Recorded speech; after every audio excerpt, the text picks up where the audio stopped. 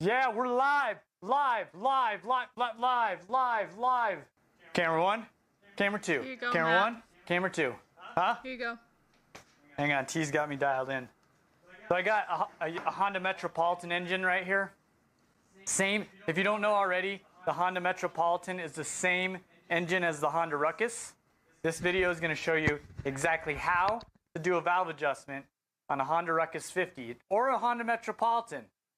That's the Honda Ruckus from 2002 to present, or the Honda Metropolitan from 2002 to 2012. That's the GET engine. That's what we're working on. Symptoms of needing a valve adjustment would be you try to start your scooter and it cranks and cranks and cranks and cranks and cranks and cranks. Finally, you get your starter to turn over enough to get the scooter to start. Once it starts, you got to keep it alive. You just keep it alive, keep it alive. You do that for about 5 minutes. After 5 minutes, finally it'll idle on its own. You don't have to hold it with the throttle. And then when you go riding, everything's fine. You don't have any problems with that. You can go to the store, go in the store, come out the store, start it, starts right up. But when you let it sit overnight, when the engine gets cold, crank and crank and crank and crank and crank and crank and crank, and it never freaking starts. Finally it does, and then you have to hold the gas until it warms up, rinse and repeat. Same thing over and over and over. That's what tight valves will do. Those are symptoms of tight valves. Now, if they're loose, you'll hear them click. Although on the GET, this Ruckus, the GET Ruckus, I say GET Ruckus because that's the name of that engine, GET 50cc engine. They're always tight, like always, if you have an issue. So remember that. Remember those symptoms. First thing I'm going to do is undo the battery box. There's a screw here, and a screw under there on each side. So there's 3 on each side. This has already been done. If you can't do this, you better not do a valve adjustment. This is the easiest part, okay? All right, so right here, you're going to have a little Phillips head screw. That's the little footrest here. Next thing you'll need to do is, so there's going to be 4 bolts here. 1, 2, 3, 4. And that's going to be the bolts that hold your gas tank down and this thing. But you won't be able to take this off of here until we pull this whole rack up. You could probably do it. It's just going to be difficult. Those are going to be 12 millimeters. 12 millimeters here. You can actually, you don't have to take this bottom one out. Actually, it's a good idea just to leave this guy in anytime you remove the seat. If you look here, it's cut out. See how it's cut out like that? That's just going to rest there. Otherwise, it's going to go down and hit the frame. So it's good to keep that one bolt in there. And so we've got that bolt, and then of course I took that one out. And then on the other side, these are just hand tight. Like I said, this, oh, we're gonna leave that in, but we're gonna loosen it just a little bit. So we've got all the bolts out except for this one here, and it's just hand tight. So I'm gonna go ahead and just lift this guy off of there. Then you're going to have 4 bolts here, 10 millimeters. There. So you've got every bolt loose. Check this out. This comes out of the way like that. And set that aside. You notice it looks like this. And I actually don't have a gas tank in there. I'll put it there just to dummy what it will look like. Just a sec. Let me grab a gas tank. That's what she looks like. It is nice to get the gas tank and then lift it up and move it kind of like that. You really don't need to remove the whole thing though. Let me show you how I did that. So with it still connected, not unhooking any of the hoses or anything, you just lift it up and kick it up just like that. Because we need to pull this valve cover off. I'm going to show you exactly how to do that. So normally you would be right here. You'd be working on it right there. That's how you do the valve adjustment. You got to get those 4 valves or bolts off to get the valve cover off. But I'm going to show you how to do it on the bench here. I'm going to show you exactly how to do it on the bench. This is a Honda Metropolitan engine right here. And it's the same as a Ruckus. So as you can see, some of the bolts are already missing because this is like a used engine. For all I know, this thing, it doesn't even have, I have no idea about this engine. So I'm going to loosen all these bolts. Looks like the little hose is cut, but So you only want to loosen these bolts with an impact. You don't want to tighten them back up that way. There's a torque setting for that. Give it a little yank. Normally you would have oil coming out of here, but this engine is freaking probably has no oil in it anyway. Pull your spark plug cap off. You could have done this before. You can do that right now. Whatever the case may be, it needs to happen. This is a 5/8 socket. Okay. You just want to pull that sucker out of there. And you want to do this valve adjustment when the engine is cold. Okay. You don't want to be riding and then check it because it's going to be different. Okay, spark plug out. All right, so there's going to be a line right here. Okay, and there's a line on the crank. So what we need to do, there's multiple different ways to do this. To get the engine to turn over, you can simply go like this with the kickstart with the spark plug out. That's one way. Or you can pull the radiator off on the other way. Nobody wants to do that. Or you can pull this kickstart cover off and move it slowly with the nut that's on the variator. This is not a Honda right here. This is a Yamaha C3. But if you want to, you can pull this kickstart cover off, and then you can turn this by hand really, really slow. Remember, the spark plug's not in it, so it's a lot easier to turn. Go back over here. So here's the line. We're going to turn this kickstart over. Oh, imagine that. The kickstart does not work. However you want to do it. I mean, right now I'm going to do it by hand, actually. I'm going to turn it by hand really slow. This isn't an ideal way of doing this, but I'm just showing you what needs to be done here. So see that line on the timing chain sprocket? There's a line right here and a line right here. They're lined up. This has to be at top dead center. How do we know that it's at top dead center? If you look back in there, the cam lobes need to be down. Now let me grab a cam. So this is a cam. When I say cam lobes down, you see there's a lobe right here. See that lobe? And a lobe right here. That would be cam lobes up. Lobe is there, lobe is there. Cam lobes down. See the cam lobes? They're down. Cam lobes down. See how it's completely flat up here? That's where the rockers ride. This is the way it goes. You got your sprocket. It goes onto the cam like that. And then this guy goes over the top, just like that. And they're all lined up. Everything's lined up. And that line, since the bolt holes line up, that line is positioned like that. But if you notice there's one on each side, you could have it backwards. So if I flipped it 180, cam lobes could be up. That's not at top dead center. Back to this. Okay, it's lined up. Our cam lobes down. Let's see. You could stick your goofy head in there and see. And yes, I see that they are down.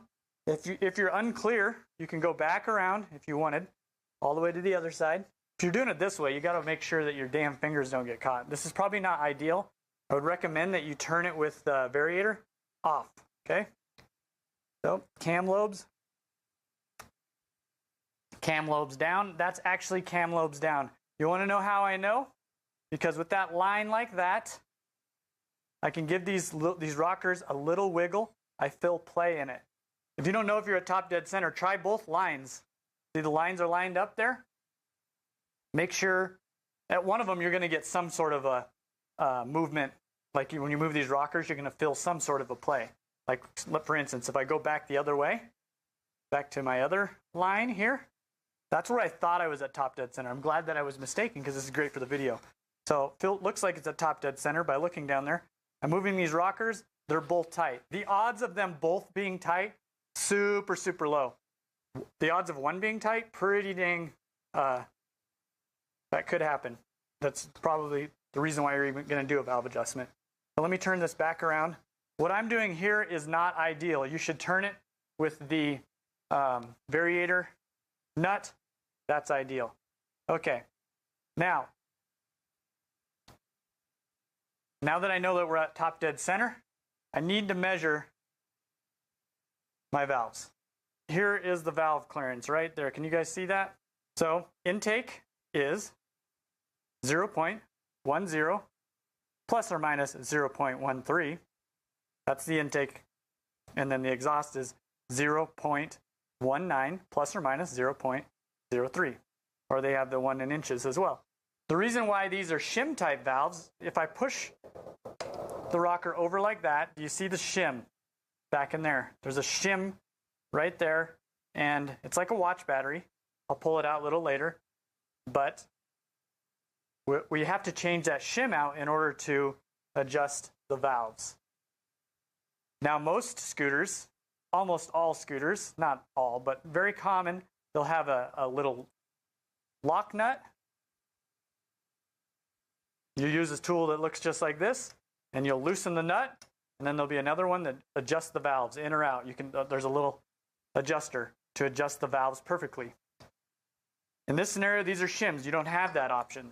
So you're going to need one of these valve shim kit. Looks like this. So if I open this up, you got to be careful of this because there's a million shims in here, and they all have numbers. See that? See all those numbers? So like this one is 2.15, 2.20, and so on. We don't know what's in the scooter right now, and you can't say, what shim does my scooter need? It's like jetting. You don't know until you measure. So there's no way around doing a valve adjustment on a Honda Ruckus or a Honda Metro or anything with shim type valves without one of these kits. I'll try to put a link down in the description to buy one of these. You're also going to need a set of feeler gauges. They look like this. These have each one of these little, they call it feeler gauges, are a certain thickness. There's a bunch of different ones. You can get these at any auto parts store. That's what these are. I'll try to put a link down in the description on this as well. Another really nice thing to have is one of these little calipers. This will tell you exactly how thick the shims are that are in it, because a lot of the times the shims that are in it are worn down and you can't read the number on it. So this is nice to have. Again, I'll try to put a link in the description for that as well. One more very important tool, a magnet, one of these telescopic magnets, because when you drop your shim and try to get out of there, or even get it out at all, this is the best tool for that. Just one of the telescopic magnets. So the intake is 0.10. So let's go to that, 0.10. It says plus or negative 0.03. First of all, the intake is always going to be the top one. The bottom one is going to be the exhaust. So intake 0.10. See that bottom number? We're going to slide this sucker in there. Do you notice I can't put it in there? Imagine that, ladies and gentlemen, it's tight. So what do we want to do? The next thing we want to do is see what does fit in there. Let's see if the 0.07 fits in there. You want it to be a snug. You want it to be able to drag on each side, just like it's doing right now. Like it's almost let it hang there. Yeah, see how I'm letting it hang there? But I can also pull it out. That is exactly what you need. So I know that the valve gap is 0.07. Now you remember the spec was 0.10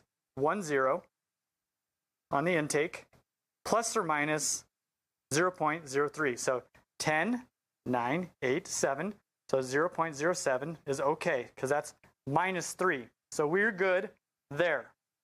It's a little tight, but it's within spec. Does that make sense? We're going to do the exhaust valve. Let's figure out the exhaust valve.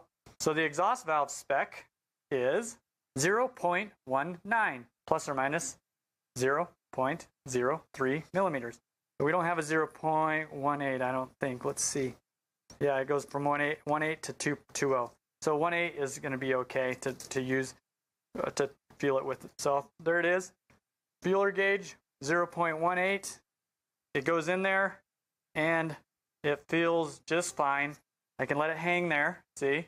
You don't want it to let it fall out because that means it's too loose. There's no grip there. And then I could also slide it in and it feels perfect.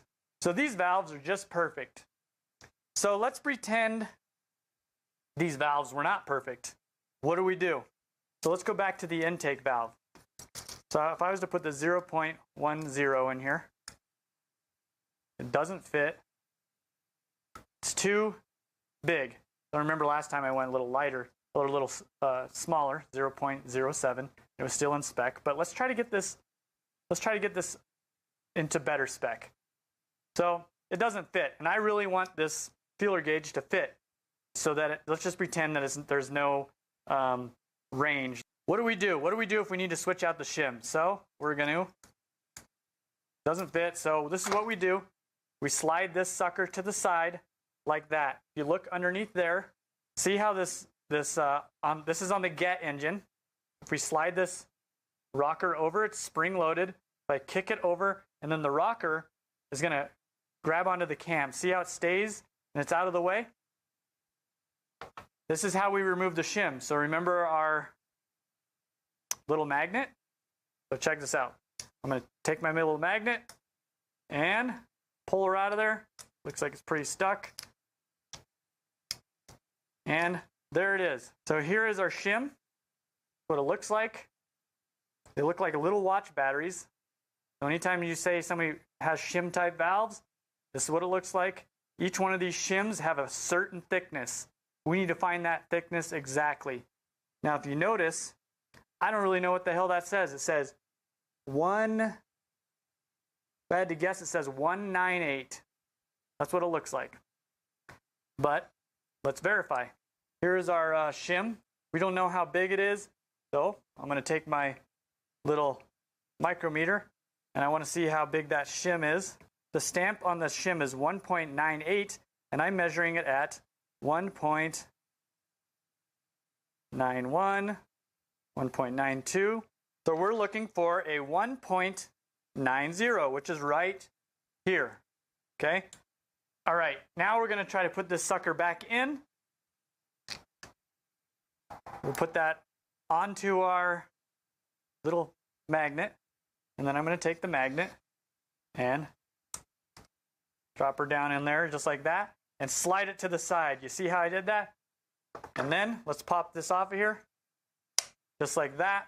Okay, let's check our feeler gauge again. The spec is 0.10 millimeter. So let's go ahead and test it again. There it is. It's in there. It drags. Stays in there perfect. So now we've got the valve adjustment perfect. Exactly what it calls for. It's not out of its range or anything like that. There is one extra step that we need to do. We need to turn this engine all the way over, 180. Again, I don't recommend this procedure that I'm doing. I would just turn it over to kickstart, but that kickstart doesn't work. Turn it over multiple times, keep turning, and then once it goes back around at least 2 or 3 times, we're going to set it back to top dead center. Let me get it back there. That's not top dead center because I can't move any of the rockers. It's tight, so we know that it's on one of the valves. Line that line and that line up, and we're going to recheck our valve adjustment to make sure we're on the 100. Okay, just to verify, the intake spec on the Get Ruckus or the Metro, 0.10 millimeters. Test it again. Slide that sucker in there. It's not too loose. I can feel pressure as I slide her through there. Okay, now the exhaust. Slide the feeler gauge in. Same thing. You can feel it drags a little bit. And we are good. Now, put this sucker back on. Last step is torque your valve cover bolts down to 7 foot-pounds. You want to do it in a star pattern. So here to here to here to here to here. You always want to do that when you're tightening down like a valve cover. And obviously, I'm missing bolts, so I can't show you exactly, but it's going to be 7 foot-pounds. And then finally, you want to take your 5/8 spark plug socket, tighten that spark plug down. Then look in the manual. We've got the spark plug to 9 foot-pounds or 12 Newton meters. You want to torque the spark plug down. Okay. Set that to 9 or 12 Newton meters. There we go. Put your spark plug cap on. Fire her up. And enjoy your new Ruckus. It's going to feel new. So that was a valve adjustment on a Honda Ruckus. I didn't show you how to put everything back, but if you took it apart, follow the steps in reverse order, and that should cause your Ruckus to start up on the first freaking punch. No crank, crank, crank, crank, crank. Start. Hit the thumbs up. Hit the subscribe button. Appreciate you guys. See you in the next video. The video that you just watched was filmed live. We do a lot of lives. Every Friday we'll do a live. Some of them are step-by-step how-tos. Some of them are just chit-chatting, things like that. If you enjoy stuff like this and you want the raw feed, because once we go live, that raw feed will go into a private collection for my members only. If you want to become a member, I'll put a link down below. I appreciate you guys, and we'll see you in the next video.